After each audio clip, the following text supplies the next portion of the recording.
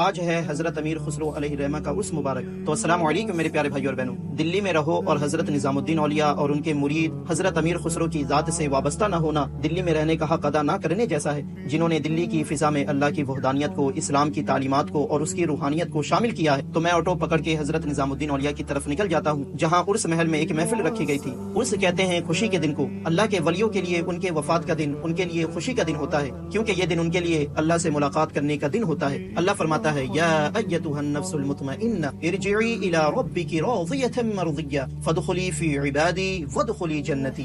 اے اطمینان والی جان، یعنی اے میرے محبوب بندو، اپنے رب کی طرف لوٹ آؤ اس حال میں کہ تو اس سے راضی ہے اور وہ تجھ سے راضی ہے، اور میرے محبوب بندوں میں داخل ہو جاؤ اور میری جنت میں داخل ہو جاؤ۔ تو جس نے اللہ کو راضی کر لیا، اصل میں موت ان کے لیے قید خانے سے آزادی کا دن ہے۔ اس لیے حضرت نظام الدین اولیاء فرماتے ہیں کہ مومن کا مرنا اصل میں زندہ ہونا ہے، کیونکہ وہ اللہ کے قریب ہو جاتا ہے۔ اس لیے اولیاء کرام کے وفات کے دن کو ہم عرس کہتے ہیں، جس عرس کا مقصد ہوتا ہے کہ اس دن ولیوں سے محبت کرنے والے لوگ جمع ہو کر ان کی خدمات، ان کی تعلیمات، ان کے تقوی اور ان کے عشق نبی کو بیان کر کے لوگوں کی تربیت کی جائے۔ لوگ ان کی زندگی سے انسپائر ہو کر وہ بھی دین پر چلنے کی کوشش کرنا شروع کر دے۔ لیکن ہمارا یہ حال ہے کہ ہم ان کی زندگی سے انسپائر ہونے کے بجائے ان کے نام پر صرف خرافات کر کے ان کو بھی بدنام کرنے میں لگے ہیں، کیونکہ ہمارے مقرر صرف ان کی کرامات ہی بیان کرنے میں لگے رہتے ہیں، جو کرامات ان سے کسی خاص وقت میں کسی خاص چیز کے لیے ظاہر ہوئی تھی، جس کو بیان کرنے کا لوگوں پر یہ اثر پڑتا ہے کہ لوگوں کو لگتا ہے کہ ہم ان جیسا تو بن ہی نہیں سکتے۔